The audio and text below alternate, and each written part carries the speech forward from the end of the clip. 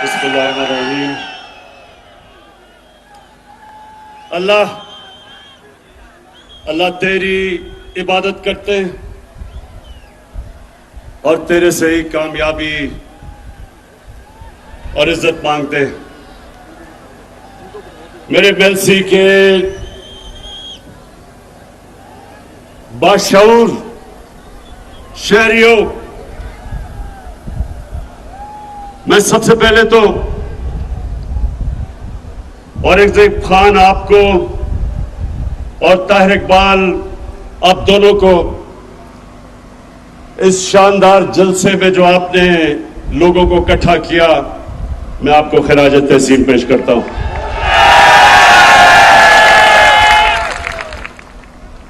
अब औरंगजेब भाई, इतनी ज्यादा चीजें आपने मेरे से मांग ली,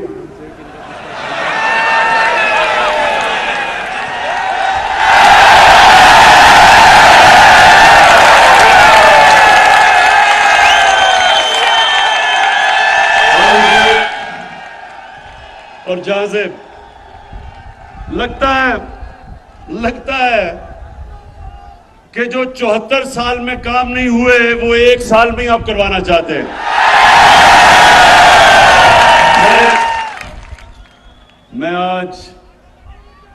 मैं आपको खुशखबरी सुनाता हूं। सबसे पहले तो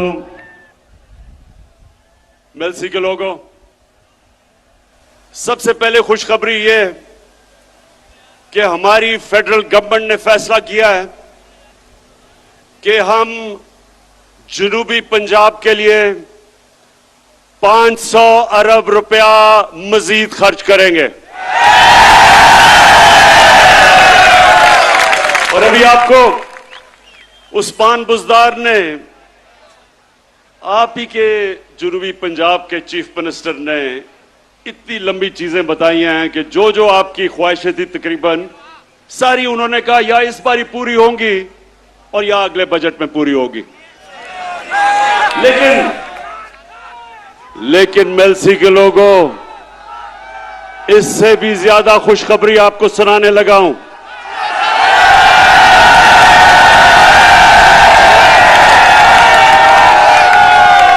हमने फैसला किया है कि हम नेशनल असेंबली में साउथ पंजाब की कॉन्स्टिट्यूशनल अमेंडमेंट रख देंगे कि साउथ पंजाब का सूबा बनना चाहिए।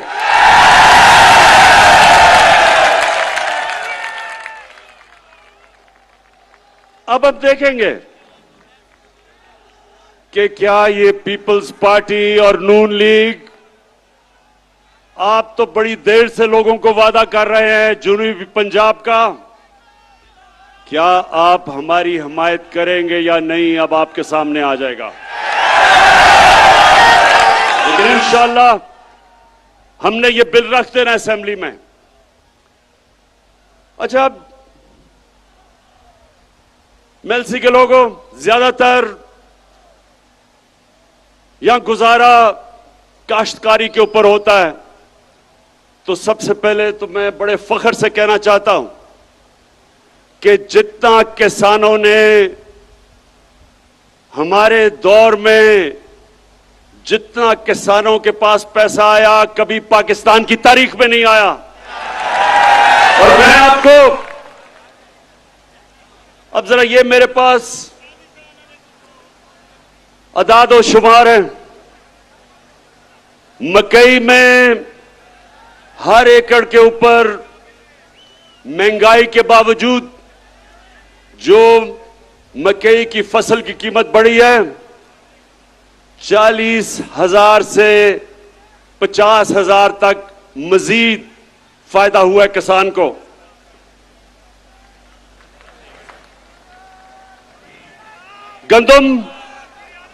गंदम के अंदर जो हमने 50% हमारे दौर में गंदम की सपोर्ट प्राइस बढ़ाई, जो किसान की जेब में आया हर एकड़ में वो 25,000 से 30,000 रुपया। उसके बाद कपास की कीमत दुगनी हो गई है। कपास की कीमत अब दुगनी किसान को मिल रही है और उसकी वजह से 1 एकड़ के ऊपर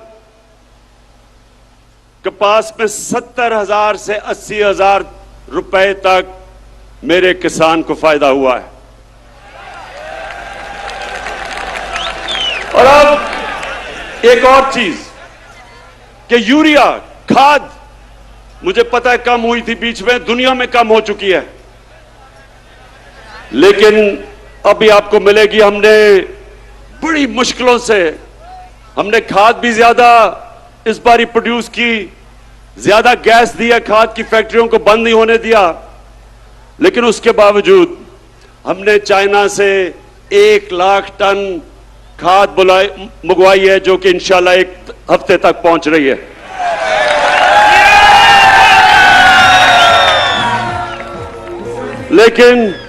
लेकिन अब किसानों, जितने भी किसान हो, एक चीज समझ जाओ कि आज बाहर की दुनिया में खाद जिस कीमत पे मिल रही है, उससे 5 गुना कम कीमत पे हम पाकिस्तान में खाद दे रहे हैं आपको। 132 अरब रुपए का हम सब्सिडी दे रहे हैं। तो मैं इसलिए आज आप किसानों के सामने पहले ये जरूर बात करना चाहता हूं, और भी अभी बड़ी बातें करनी है मैंने, लेकिन मैं पहले अपने, क्योंकि मेरा ये ईमान है, जब किसान खुशहाल होगा पाकिस्तान तरक्की करेगा। और ये बड़े मुश्किल वक्त में आपको पता नहीं कि अल्लाह ने हमारी हुकूमत को किन किन इम्तिहानों से गुजारा है। पहले एक मुल्क मिला जिसको रे चोरों का टोला दिवालिया निकाल चुका था, उसको संभाला, और फिर जब वो संभल रहा था तो 100 साल में एक दफा इस तरह का बुरान आता है, जो कोरोना वायरस पाकिस्तान और सारी दुनिया में आ गई।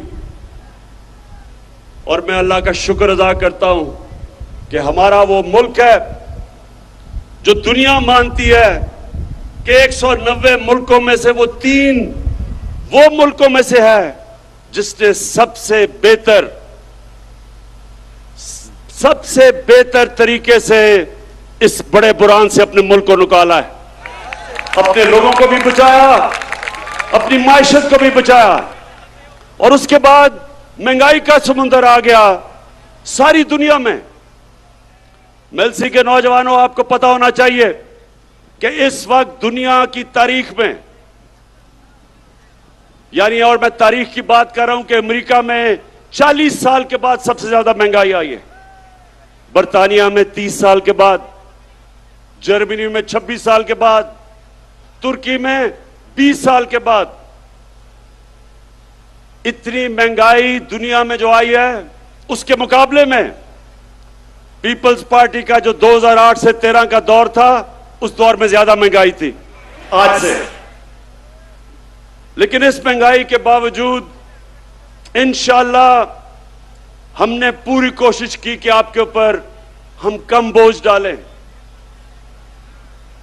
और अल्लाह का करम है कि हमारी पाकिस्तान की तारीख में सबसे ज्यादा टैक्स इकट्ठा किया गया है।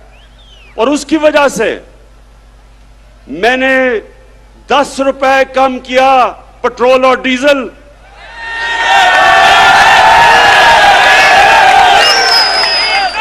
और 5 रुपए यूनिट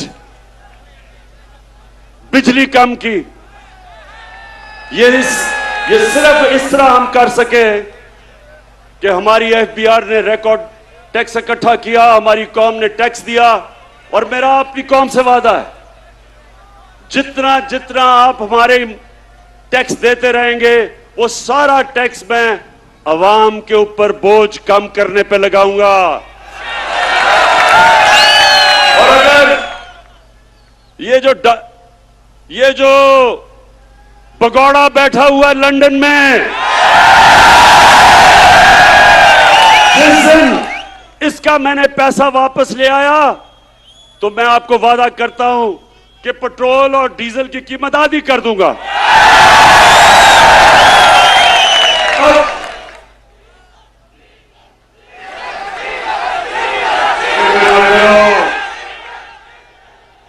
अभी फजलू डीजल पे भी मैं आ रहा हूं।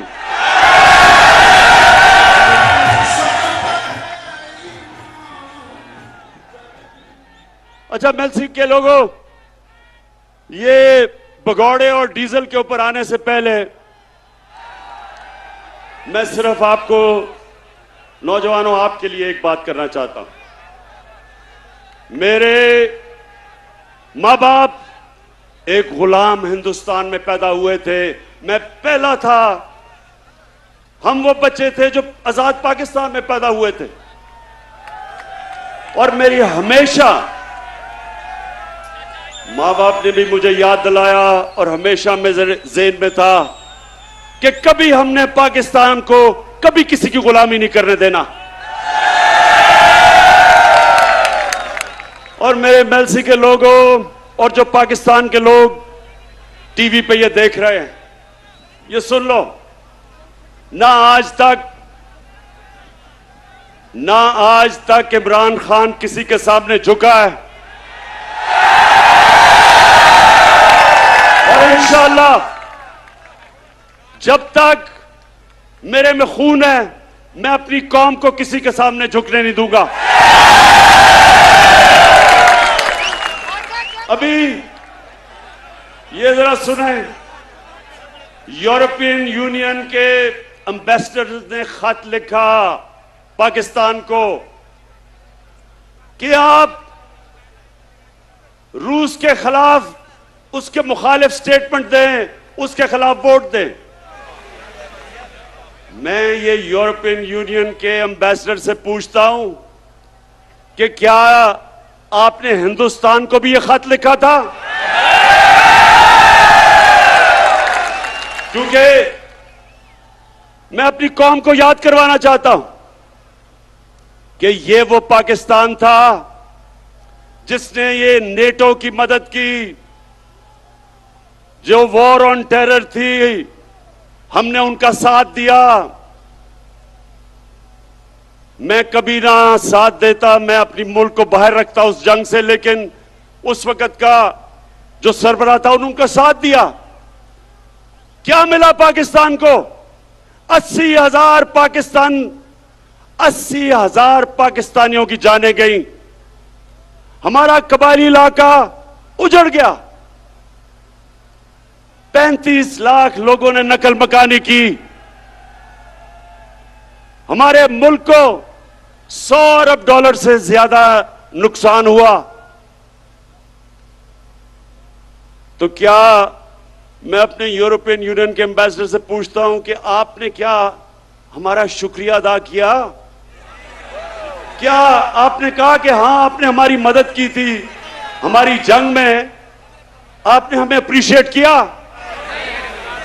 सारे नेटो के मिला के 10% भी लोग नहीं थे जो इस जंग में मरे। हमारे मुकाबले में जो 80,000 पाकिस्तानियों की कुर्बानी दी गई। तो मैं उनसे आज ये पूछता हूं कि बजाय आपने, जब हमने आपके साथ खड़े हुए थे, बजाय आप हमारा कम से कम शुक्रिया अदा करते। ऐसे आप में से लोग थे जिन्होंने अफगानिस्तान में जो जंग हारी आपने, वो पाकिस्तान को जिम्मेदार ठहराया था। शुक्र करना तो दूर की बात है। और दूसरा, जब कश्मीर में हिंदुस्तान ने इंटरनेशनल कानून तोड़ा, यूनाइटेड नेशंस की सिक्योरिटी काउंसिल की रेजोल्यूशंस की खिलाफ वर्जी करते हुए जो कश्मीर का स्टेटस खत्म किया, क्या आप में से किसी ने हिंदुस्तान से कोई राब्ता तोड़ा, कोई उनकी तनकीद की, कोई तिजारत बंद की? तो हम आपके सामने क्या हैं? क्या हम कोई गुलाम हैं कि जो आप कहेंगे हम कर लें? और मैं मेलसी के लोगों, मैं आपको बताऊं कि इनको ये गलत आदतें पड़ी किधर से हैं। 2008 और 2018 के दरमियान में 400 ड्रोन अटैक हुए पाकिस्तान के ऊपर। जब जरदारी मुल्क की बड़ी बीमारी,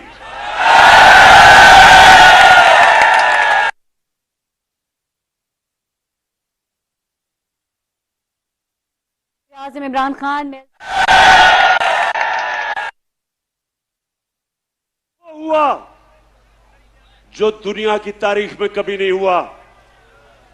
नौजवानों, आपके पास सोशल मीडिया है, अपने टेलीफोन पे आप जरा गूगल करके देखें कि कभी ऐसा हुआ है कि एक मुल्क किसी मुल्क की जंग लड़ रहा है, उसके लिए जंग लड़ रहा है, और वही मुल्क उसी के ऊपर बमबारी कर रहा है। ये कभी हुआ है? और सवाल यह है कि ये दो डाकुओं ने क्यों नहीं उनसे पूछा, क्यों नहीं उनको कहा कि जब गांव के अंदर और हमारे कबायली इलाके पे जब ड्रोन अटैक यानी बम फटता था तो आपको पता है औरतें, बच्चे, बेकसूर लोग मारे जाते थे। जब ड्रोन अटैक एक घर पे फटता है तो लोगों के गोश्त के टुकड़े दीवारों पे होते हैं। इनको कोई शर्म नहीं आई कि हमारे पाकिस्तानी मर रहे थे। बाहर से हमारा ही दोस्त जिसके लिए हम जंग लड़ रहे हैं वही आके यहां ड्रोन अटैक कर रहा था। क्यों ये दोनों बोल नहीं रहे थे? क्यों नहीं बोल रहे थे?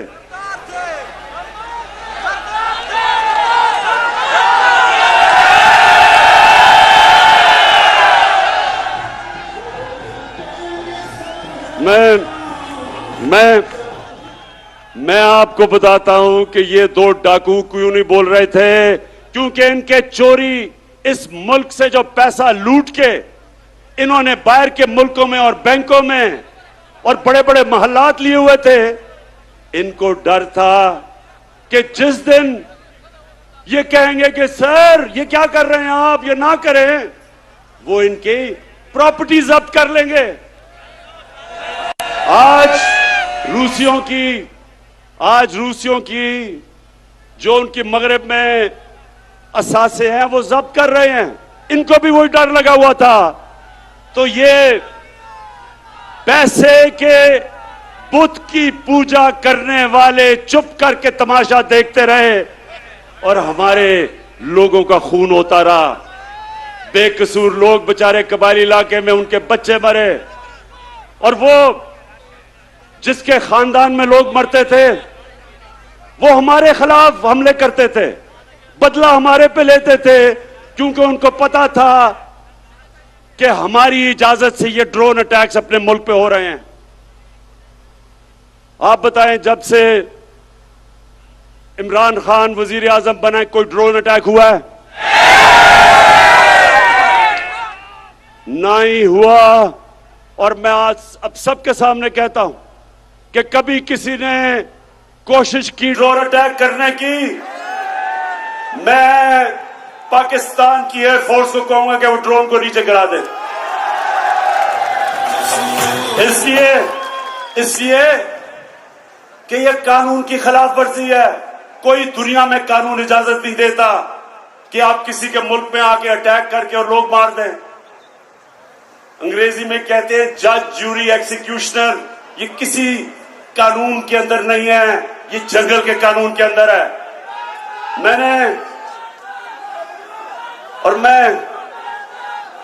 मेरे पाकिस्तान के नौजवानों, मैं ये चाहता हूं, ये गौर से एक बात समझ लें आप। कभी भी कोई कौम अजीम कौम नहीं बनी जो दूसरों के सामने झुकती है। सिर्फ खुददार कौमें अजीम कौम बनती है। जो किसी से भीख मांग के गुजारा करती है कौम, वो ऐसे ही है जैसे कि अगर मैं वसाखियां पकड़ लूं, अपनी टांगों पे जोर ना डालूं, मेरी टांगें कमजोर हो जाएंगी। इसी तरह मुल्क कमजोर हो जाते हैं जो अपने पैर पे नहीं खड़े होते। हम कोई किसी से दुश्मनी नहीं चाहते, हम सबसे दोस्ती चाहते हैं। हमारी रूस से भी दोस्ती है, हमारी अमेरिका से भी दोस्ती है, हमारी चाइना से भी दोस्ती है, यूरोप से भी है। हम किसी कैंप में नहीं हैं, लेकिन क्योंकि हम न्यूट्रल हैं। इंशाल्लाह हम उन मुल्कों के साथ मिलकर एक दिन कोशिश करेंगे कि जो यूक्रेन में जंग है ये बंद हो। इससे बहुत दुनिया को नुकसान हो रहा है।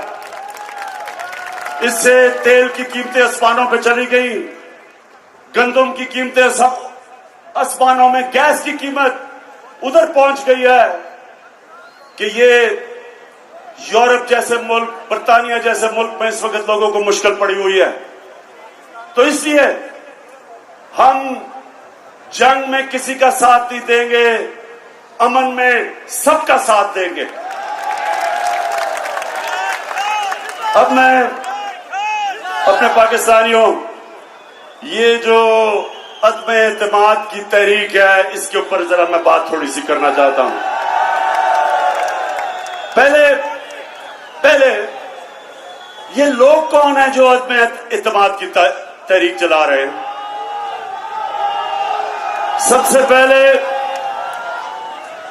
सबसे पहले मुजरिम नंबर 1 नवाज शरीफ झूठ बोल के सुप्रीम कोर्ट ने उसको सजा दी। बॉलीवुड की एक्टिंग की, रो धो के कि जी मैं तबाह हो गया, मरने वाला हूं, मिन्नतें करके बाहर चला गया। मैं ये सोचता हूं नून लीग वालों अगर सुन रहे हो तो मेरी बात जरा, मैं चाहता हूं इस बात पे थोड़ा सा गौर करो कि कभी गीदड़ भी लीडर बन सकता है?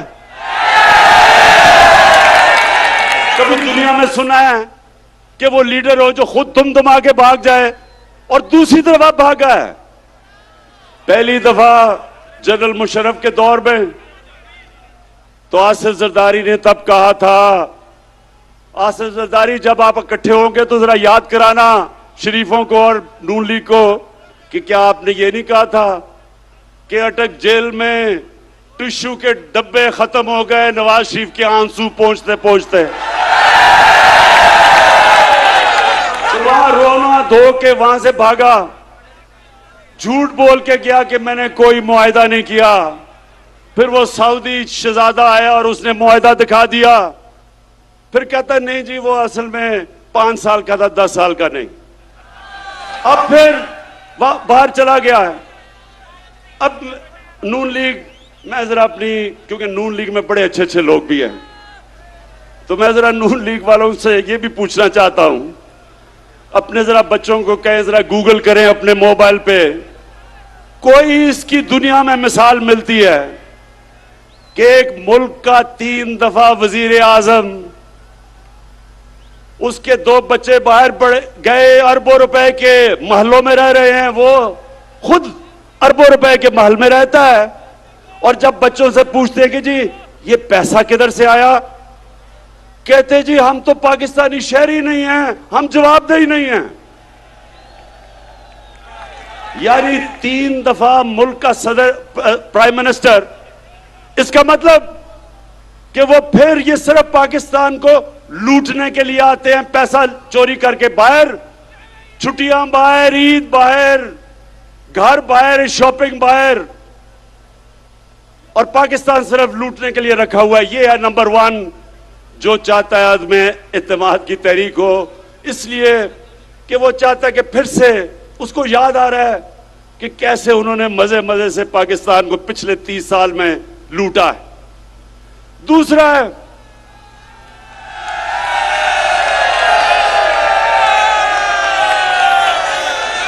है शहबाज शरीफ। अब ये शहबाज शरीफ कौन है? अगर आपने शहबाज शरीफ का पता चलवाना है तो कहीं से मकसूद चपरासी को पकड़ के ले आए। वो बेचारा मकसूद चपरासी, एक दिन उसे पता चला कि उसके बैंक के अंदर 375 करोड़ रुपया आ गया।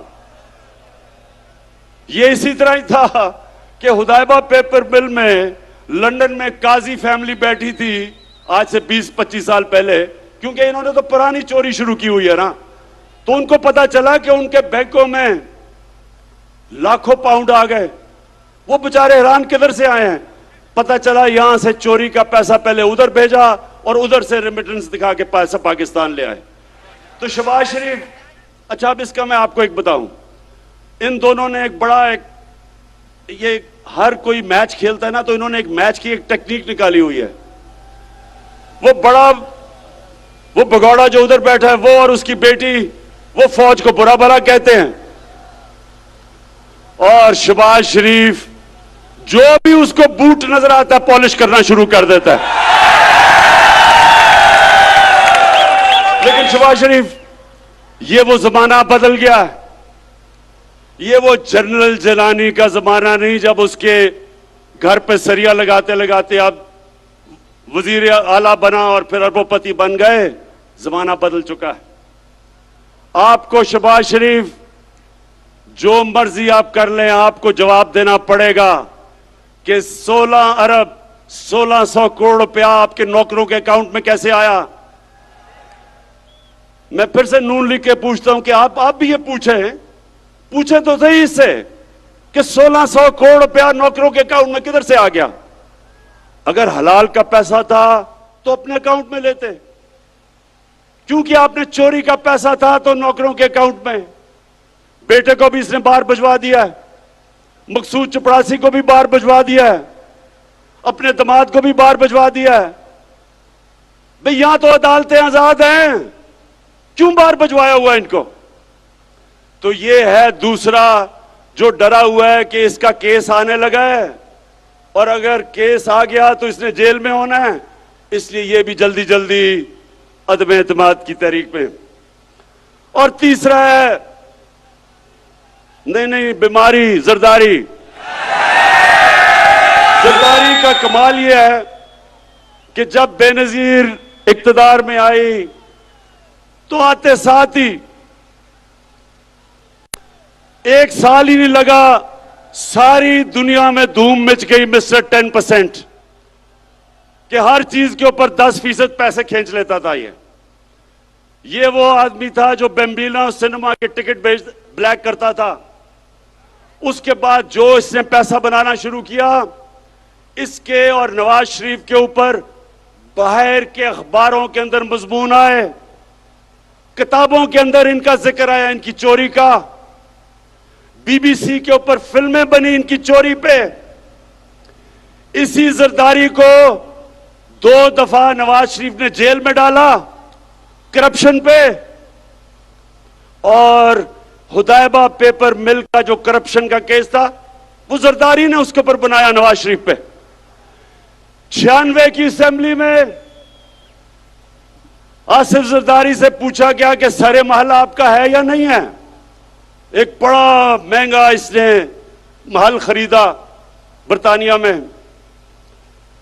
इसने असेंबली में कहा यह मेरा नहीं है।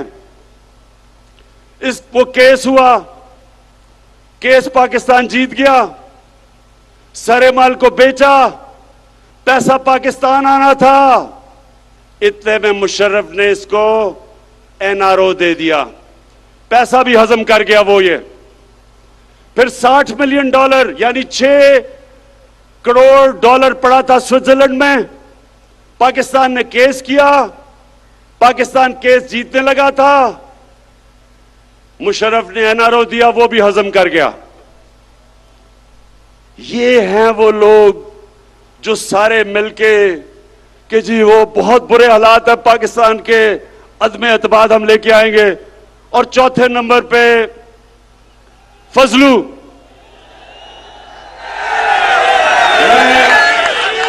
मैं इसको कभी मौलाना नहीं कहूंगा, क्योंकि मौलाना, हम अदब से मौलाना को कहते हैं। मौलाना पढ़े लिखे दीनी लोग होते हैं, हम उनकी इज्जत करते हैं।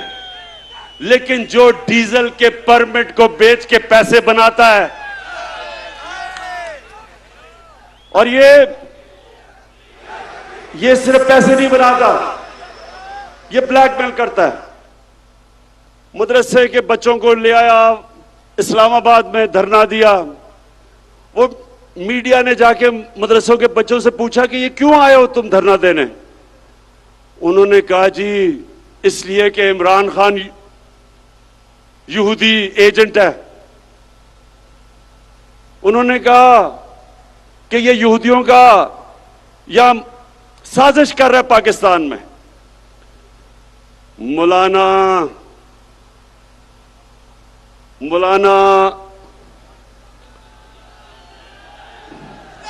नहीं, डीजल नहीं मैं कह सकता इसको। फजलू, मुझे ये बताओ कि तुम्हारे और ये जो तुम्हारा डाकुओं का टोला है, इसके होते हुए यहूदियों को साजिश करने की जरूरत क्यों है पाकिस्तान में?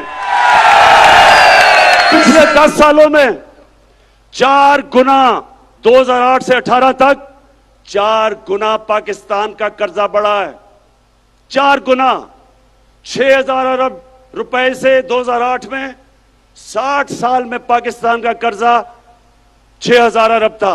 इन्होंने 10 सालों में पहुंचा दिया 30,000 अरब। तो मैं इनसे पूछता हूं कि जब आपने मुल्क को मकरूज कर दिया, जो भी हम टैक्स में इकट्ठा करते हैं आधा चला जाता है आपके लिए हुए कर्जों की किस्तों पे। तो जब आपने मुल्क को मकरूज कर दिया तो यहूदियों को साजिश करने की जरूरत क्या है? आप ही काफी हैं। फजलू, मैं आपसे, आपकी और मेरी उम्र एक ही है। हमारी उम्र में हमें सोचना चाहिए कि ऊपर वाला कभी भी बुलावा दे दे। हमें अपनी आखिरत की फिक्र करनी चाहिए। और आपका तो थोड़ा वजन भी ज्यादा है, इसलिए आपको अब सोचना चाहिए अपनी आखिरत का। यानी आप एक दीन के नाम पे पैसे बनाते हुए आपको कोई खौफ खुदा नहीं है। कुछ तो सोचें कि आप जो मदरसे के बच्चे, और मैं ये समझता हूं कि ये हमारा बहुत बड़ा एहसास है, हमारे मदरसे के बच्चे, लेकिन इनको आप इस्तेमाल करें अपनी सियासत चमकाने के लिए और ब्लैकमेल करने के लिए। जो मैंने कुरान पढ़ी है और जो मेरा दीन का जितना भी इल्म है, अल्लाह ने आपको माफ नहीं करना। ये 4 लोग मिलके अदम एतमाद कर रहे हैं। और आज मैं अब अपनी आखिर में सारी कौम से पूछना चाहता हूं कि देखें, एक कुरान की आयत है, अमर बिल मारूफ व नही अनिल मुनकर। इसका मतलब है, नौजवानों ये सुन लो, कोई भी दुनिया में मुहज्जब माशरा नहीं बन सकता जब तक इस कुरान की आयत पे नहीं चलता। अल्लाह कहता है कि तुम अच्छाई के साथ खड़े हो, अच्छाई के लिए जिहाद करो और बुराई के खिलाफ जिहाद करो। इसके ऊपर अच्छे और बुरे की तमीज जब एक माशरा रखता है, उसकी अखलाकियात ऊपर चली जाती है, वो माशरे ऊपर जाते हैं। और जिन माशरों के अंदर कानून की बालादस्ती होती है, कानून की बालादस्ती और हुक्मरानी का मतलब कि कमजोर और ताकतवर का एक ही कानून, जिसके लिए हमारे नबी सल्लल्लाहु अलैहि वसल्लम ने कहा था कि तुम्हारे से पहले बड़ी कौमें तबाह हुई जो ताकतवर चोर को सजा नहीं देते थे और बेचारे कमजोर चोर को जेल में डालते थे। कौम तबाह हो गई है तुम्हारे से पहले कई। अब ये जो चोरों का टोला है, ये सारे जो आपकी कौम को नुकसान पहुंचा रहे हैं, 35 साल से ये नुकसान पहुंचा रहे हैं। मैं 1990 की बात करता हूं। मैं जब क्रिकेट खेलता था, हिंदुस्तान से जब मैं पाकिस्तान आता था, तो लगता था एक गरीब तरीन मुल्क से एक अमीर तरीन मुल्क में पहुंच गया हूं।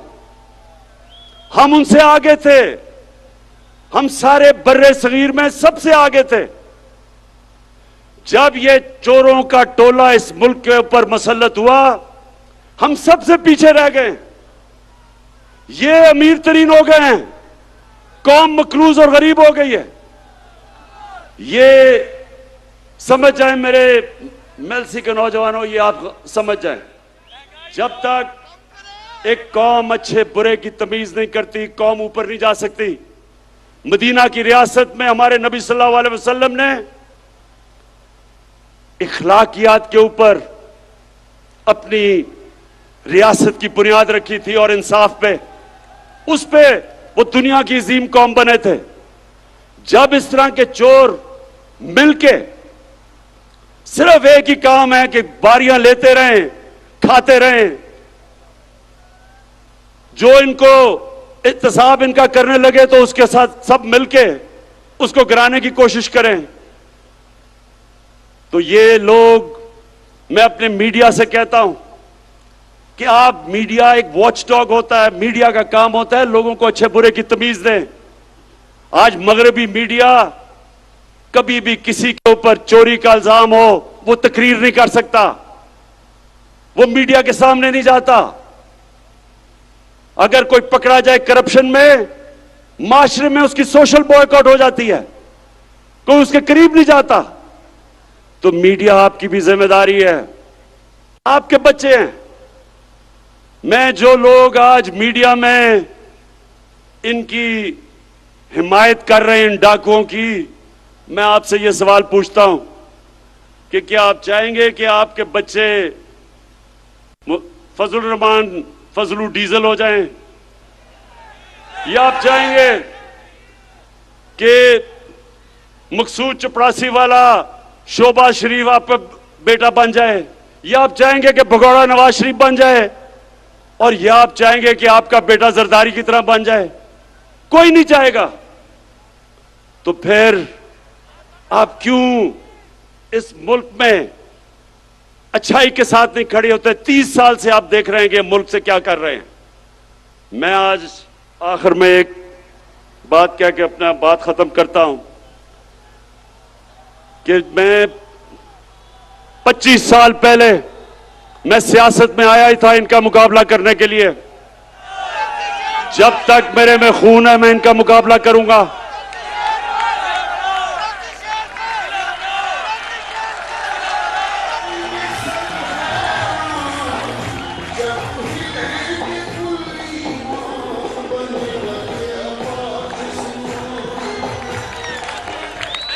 मैं इनका मुकाबला करूंगा और अभी मेरी पूरी तैयारी है कि जो भी ये करेंगे मैं उसके लिए तैयार हूं।